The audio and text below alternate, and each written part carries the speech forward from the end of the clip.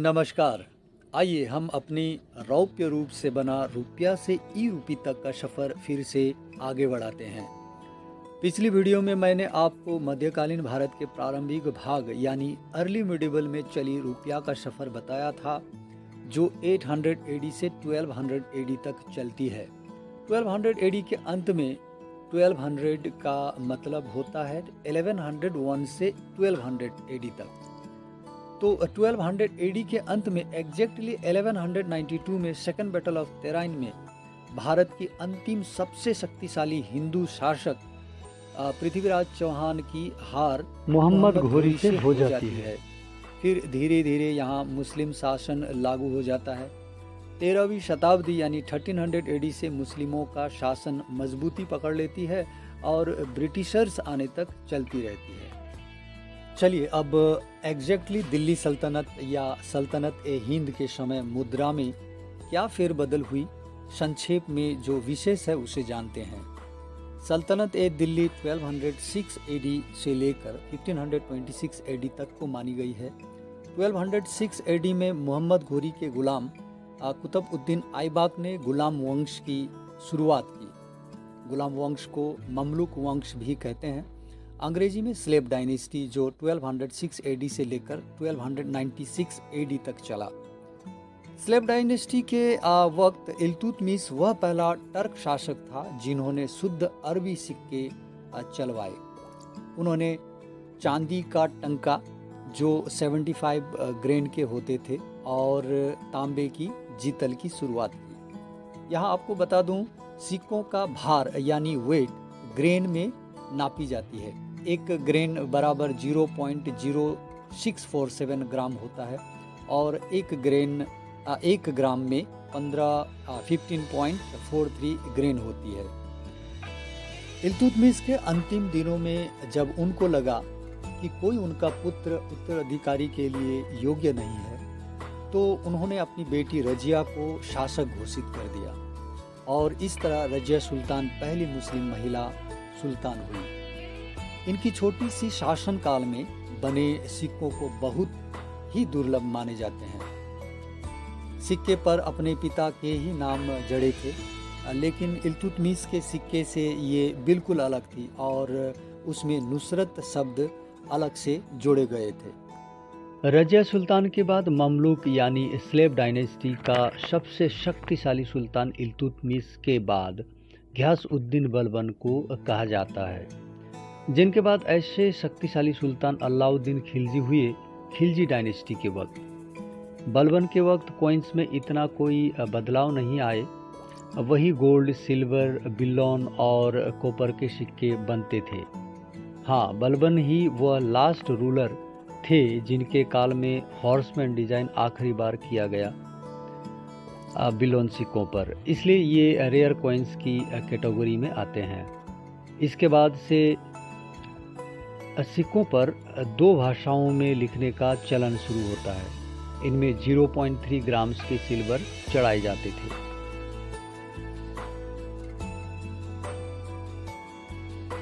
Slave dynasty के बाद Khilji dynasty का शासन चला 1290 एडी टू 1300 एडी तक। इनके शासनकाल में सिक्कों में काफ़ी बदलाव लाया गया। खिलजी वंश के तीसरे रूलर अलाउद्दीन खिलजी बहुत ताकतवर थे और इन्होंने दिल्ली का राज्य साउथ इंडिया तक पहुंचा दिया था। इससे इनके खजाने में इजाफा हुआ और इन्होंने प्रचुर मात्रा में कॉइन्स जारी किए। इन्होंने सोने और चांदी के टंका इशू किए और ये बहुत वजनदार भी थे।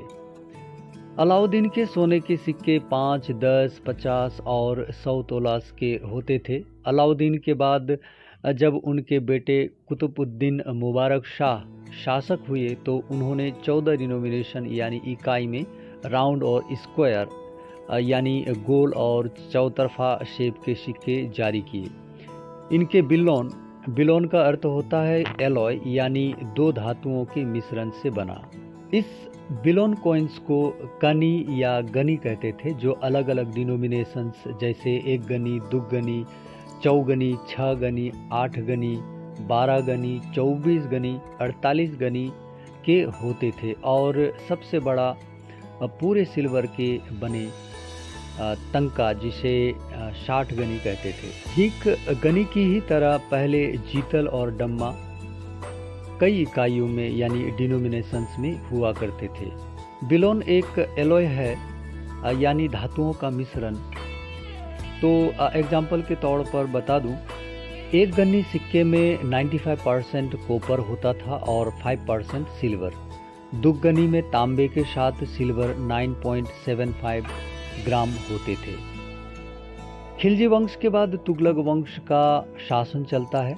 हम बहुत डिटेल में इनकी चर्चा नहीं करेंगे, हमें बस इनके काल के सिक्के में जो महत्वपूर्ण बदलाव या आदेश जारी हुए उनकी ही चर्चा करनी है। तुगलक वंश में मोहम्मद बिन तुगलक का नाम सबसे चर्चित है। उन्हें पागल राजा या पढ़े लिखे मूर्ख भी कहा जाता है, क्योंकि उनके अच्छे कामों के साथ साथ कुछ ऐसे फैसले भी लिए जिनके वजह से उनको बहुत नुकसान उठाना पड़ा। जगहसाई भी हुई, लोग नाराज भी हुए। जैसे गंगा जमुना दोब रीजन में जब सूखे पड़े थे तो कभी टैक्स नहीं बढ़ाने वाले सुल्तान इसी समय में टैक्स बढ़ा गए। क्या दिमाग चलाया, बहुत बुरे फंसे थे। दूसरी, दिल्ली को छोड़ दौलताबाद को अपनी राजधानी घोषित कर सभी नागरिकों को आदेश दिया कि सब दिल्ली छोड़ वहां चले, लेकिन बाद में फिर पूरे तामझाम के साथ में लौटना पड़ा था। बुरे फंसे, बहुत नुकसान हुआ, लोग नाराज भी हुए। और जो तीसरी बड़ी गलती की वो था कॉपर और ब्रास के टोकन करेंसी जारी करना, यानी कि वे भारत के पहले ऐसे शासक हुए जिन्होंने तांबे और पीतल के सांकेतिक मुद्रा जारी किए, चांदी और सोने के बदले।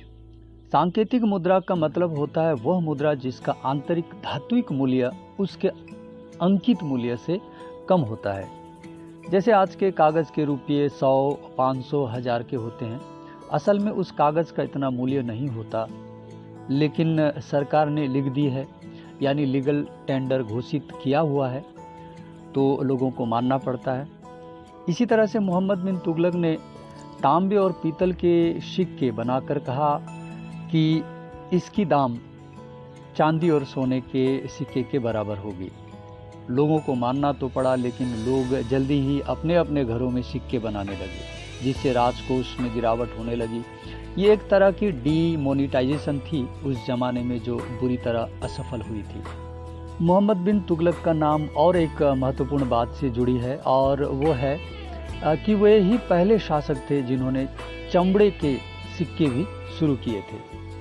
तुगलक वंश के बाद सैयद वंश का शासन चलता है 1414 एडी से 1451 एडी तक। इनके शासकों में से महत्वपूर्ण हमारे विषय में मुबारक शाह का आता है, जिन्होंने अपने नाम से सिक्के चलवाए।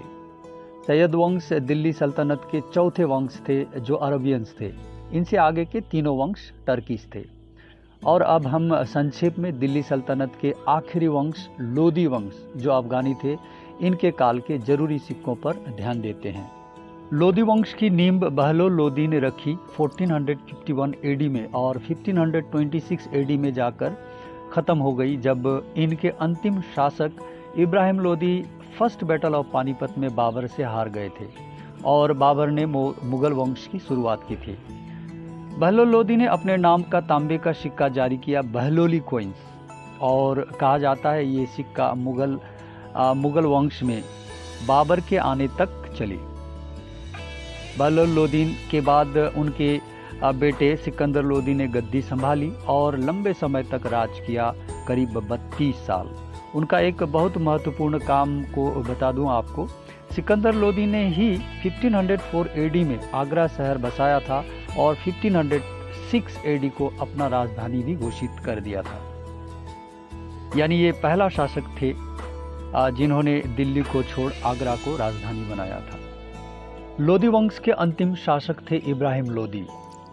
जैसे कि हमारा मेन टॉपिक तो मुद्रा है या कहें रुपया, इसलिए हम ज़्यादा उन्हीं वंश या शासकों के ऊपर ज़्यादा चर्चा करते हैं जिन्होंने नई मुद्रा यानी सिक्के जारी की हों या कुछ बदलाव।